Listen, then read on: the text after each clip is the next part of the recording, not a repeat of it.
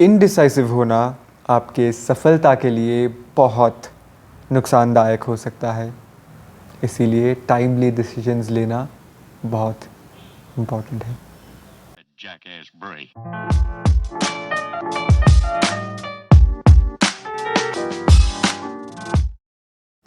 नमस्कार, मेरा नाम है निखिल ओम शंकर।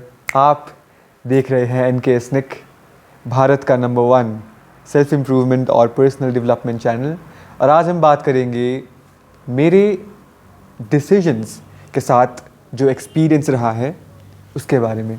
हम सीखेंगे कि राइट डिसीजन एटलीस्ट मेरे लिए क्या है और कैसे ले, और कब एक डिसीजन completely राइट बनता है, हम इसके बारे में भी बात करेंगे। So let's dive straight into the topic of the video. First, decisions need to be made right. और आज का मेन टॉपिक ही यही है कि हम डिसीजंस तो लेते हैं और वो डिसीजन काफ़ी हद तक राइट भी होता है, पर completely राइट बनाने के लिए we need to work on that decision, fulfill, complete the whole process, and then जब हम पीछे देखेंगे ना कि हाँ मैंने वो डिसीजन लिया था, मैंने उसको कंप्लीट किया, अब आज जाके जब मैं अपने इतिहास को पलट के देखता हूँ तब मुझे पता चलता है कि हाँ वो डिसीजन सही था।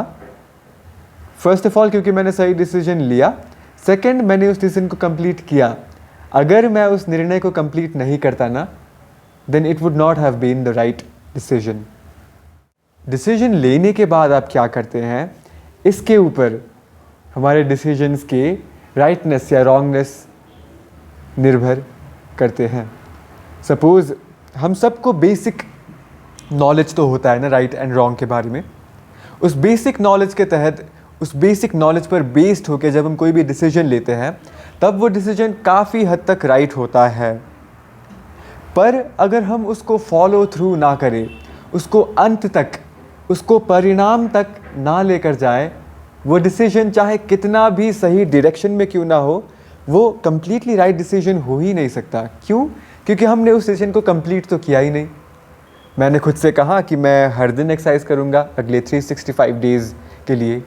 365 प्रोग्रेसिव चैलेंज लेके रखा है मैंने।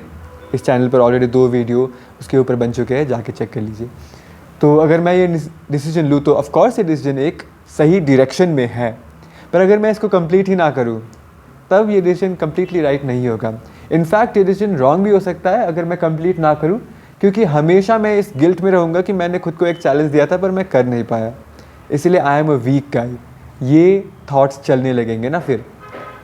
इसीलिए it's important that we complete the decision that we take. ये बहुत महत्वपूर्ण होता है कि हम अपने निर्णय को परिणाम तक लेकर जाएं। नेक्स्ट पॉइंट को देखते हैं। Most people are indecisive. इसका मतलब क्या है? ज़्यादा से ज़्यादा लोग जो आप अपने चारों ओर देखते हैं वो इनडिसाइसिव होते हैं। इसका मतलब वो डिसीजंस ले ही नहीं पाते। बहुत कम टाइम में डिसीजंस जो ले पाते हैं ना, और वो भी सही decision, they can tap into the opportunity that show up momentarily. मतलब जो झट से एक अपॉर्चुनिटी आगे आ जाता है ना, उस अपॉर्चुनिटी का बेस्ट यूज़, बेस्ट इस्तेमाल कौन कर पाते हैं? जो डिसाइसिव होते हैं, जो झट से अपना निर्णय ले लेते हैं, वो भी एकदम करेक्ट निर्णय। और जो लोग ये नहीं कर पाते उनको कहते हैं हम इनडिसाइसिव, जो डिसाइसिव नहीं है। और ज़्यादा से ज़्यादा लोग जो आप अपने चारों ओर देखते हैं ना, वो इनडिसाइसिव ही होते हैं। उनको काफ़ी टाइम लग जाता है एक ही डिसीजन लेने में, और लेना तो सिर्फ शुरुआत है, लेने के बाद कंप्लीट भी तो करना है ना उस डिसीजन को, और उसके बाद तो विल पावर, डिसिप्लिन सब काम आएगा, और वो तो उन्होंने कभी डेवलप किया ही नहीं। इसीलिए बहुत सारे लोग हमारे आसपास, मैक्सिमम लोग इनडिसाइसिव होते हैं। अब ये इनडिसाइसिव क्यों होते हैं, इसको हम आंसर करेंगे खुद से ये प्रश्न पूछकर कि डिसाइसिव लोग ऐसे क्या काम करते हैं जो उन्हें इतना क्लैरिटी प्रोवाइड करते हैं कि वो झट से निर्णय ले ले। मेरे हिसाब से वो 2 काम करते हैं। फर्स्ट, मेडिटेट करते हैं ताकि उनका clarity, focus, attentiveness, presence improve हो। और सेकंड, वो खुद से वार्तालाप करते हैं थ्रू जर्नलिंग। मैं पिछले 10 साल से जर्नलिंग करता हुआ आ रहा हूँ और मैं ये दावे के साथ कह सकता हूँ कि मैं खुद के साथ बहुत वार्तालाप करता हूँ and it helps me with my clarity. खुद के क्लैरिटी के साथ बहुत हेल्प मिलता है जर्नलिंग के थ्रू। एक प्रश्न पूछता हूँ मैं आपसे, अगर आपकी कोई गर्लफ्रेंड है तो आप चाहेंगे कि आप उनके लिए बेहतर से बेहतर बॉयफ्रेंड या फिर पार्टनर बने। अगर आपकी कोई पत्नी है, अर्धांगिनी, आप चाहेंगे ना कि आप उनके लिए एकदम बेहतर से बेहतर स्वामी बने। तो तब आप क्या करेंगे? आप उनसे इतने सारे प्रश्न पूछेंगे ताकि आप उनके बारे में जान सके।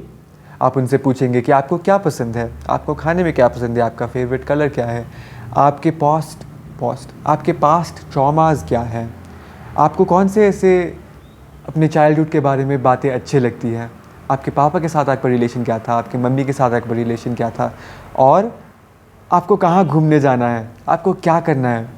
ऐसे कौन से चीज़ें मैं कर सकता हूँ जो आपको अच्छा फील कराएगा, जो आपको महसूस कराएगा कि आई केयर फॉर यू।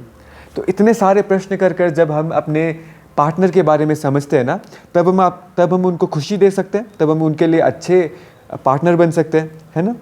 तो ऐसे ही सबसे पहला पार्टनर, मैं किसका पार्टनर हूँ? मैं खुद का पार्टनर हूँ बेटा, है ना। तो मुझे खुद से पूछना चाहिए ना कि मुझे क्या खुशी देता है, मुझे कहाँ जाना है, क्या करना है, 10 साल में मुझे कहाँ पहुँचना है। ऐसे मेरे पास्ट के ऐसे क्या बातें हैं जो मुझे हमेशा खलती है, जो मुझे गिल्ट से भर देती है, जो मुझे ट्रॉमेटाइज़ कर देती है, इनसिक्योरिटीज़ क्या है मेरे। तो ये सब जानकर मैं क्या कर पाता हूँ, मैं खुद को बेहतर ट्रीट कर पाता हूँ, खुद को बेहतर अपॉर्चुनिटीज़ दे पाता हूँ, खुद को बेहतर हील कर पाता हूँ, खुद को बेहतर समझ पाता हूँ और उसी मुताबिक खुद को हेल्प कर पाता हूँ, खुद को नेक्स्ट लेवल पर पहुँचा पाता हूँ। इसीलिए खुद के बारे में क्लैरिटी होना बहुत इम्पॉर्टेंट है। और ये आप कहाँ से लाएंगे? पहले तो आप मेडिटेट करेंगे एवरी डे, है ना। उस मेडिटेशन में आप इतने शांत होते हो कि आपका असली रूप बाहर आना शुरू होता है। तब आपको बाहर दुनिया आपको किस नज़रिए से देखती है, उस नज़रिए से आप खुद को डिफ़ाइन नहीं करेंगे। आप खुद को जो आप हो उस नज़रिए से डिफ़ाइन करेंगे और ख़ुद को आप एक्सेप्ट भी करेंगे, और उस एक्सेप्टेंस से आती है अंदर से आने वाले कॉन्फिडेंस। नंबर 1, आप मेडिटेट करेंगे खुद को बेहतर जानने के लिए। नंबर 2, आप जर्नल करेंगे। अब जर्नल में क्या है? खुद को चिट्ठी लिखने की तरह है, खुद से प्रश्न करना, खुद के प्रश्न का उत्तर देना, ठीक है। अपने दिन के बारे में लिखना, अपने दिन के बारे में, ये अच्छा गया, ये बुरा गया, यहाँ पे मुझे ये बोलना चाहिए था, यहाँ पे इसने जब ये कहा मुझे अंदर से बुरा क्यों लगा, क्या ये मेरे पास्ट इनसिक्योरिटीज़ है जिसे मुझे हील करना है अभी।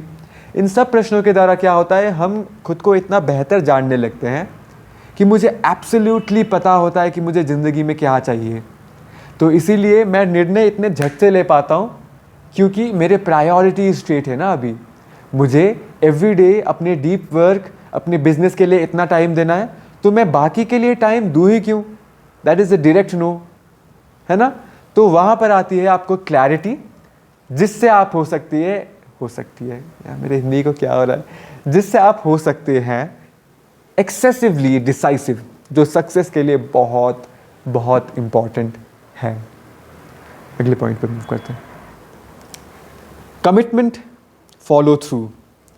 सो आखिर में मैं वही बात रिपीट करूँगा कि जब आप क्लैरिटी के साथ कोई निर्णय लेते हैं तब वो एक ऐसा निर्णय होता है जो राइट डायरेक्शन में तो है, पर जब तक आप उस डायरेक्शन में आखिर तक चलेंगे नहीं,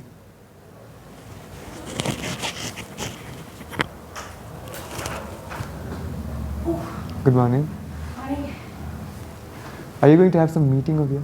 No, it's not a meeting. We are just here to check the mics and all. All right. So the thing is, I'm recording something, all right? If you guys could be a little quiet, then you could like continue with your work, all right? और लेकिन डाक से उन्होंने तो नहीं ला।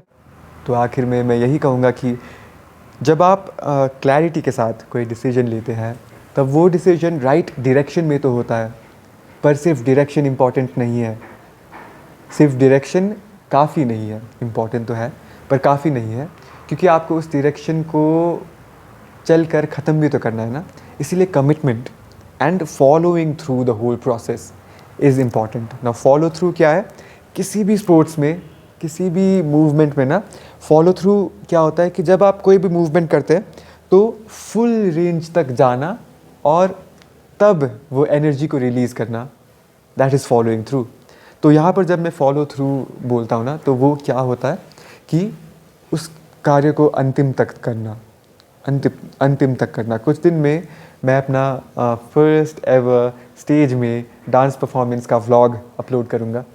तो पहले निर्णय लिया, क्योंकि मुझे नाचना है ना, तो मेरे प्रायोरिटीज़ के बेस में मैंने निर्णय लिया और वो राइट डायरेक्शन में था। पर अगर मैं उसको कंप्लीट ना करूँ तो वो राइट डिसीजन नहीं होगा, मेरा सारा जो प्रैक्टिस सेशंस होगा वो वेस्ट जाएगा, है ना। So that was not a right decision if I don't complete it, you are getting me. तो दैट इज़ रियली इम्पॉर्टेंट, जहाँ आप डिसीजन को लो और उसको ख़त्म करने तक टिके रहो।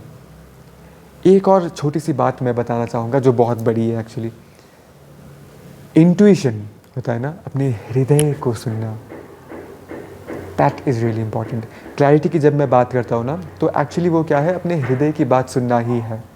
जब आप अपने कोर के साथ इतना अच्छी तरह से कनेक्ट हो जाते हैं ना कि आप खुद को सुनने लगता है, तब आपके हृदय को ये पक्का पता होता है कि आपको अपने जीवन में कौन से डायरेक्शन में जाना है। इट क्लियरली नोज़ कि आपको क्या चाहिए, पर आपको इतना शांत होना है कि आप उसे सुन पाए। एक बार अपने इंट्यूशन के साथ कोई भी निर्णय ले लिया, तब दैट्स द एंड।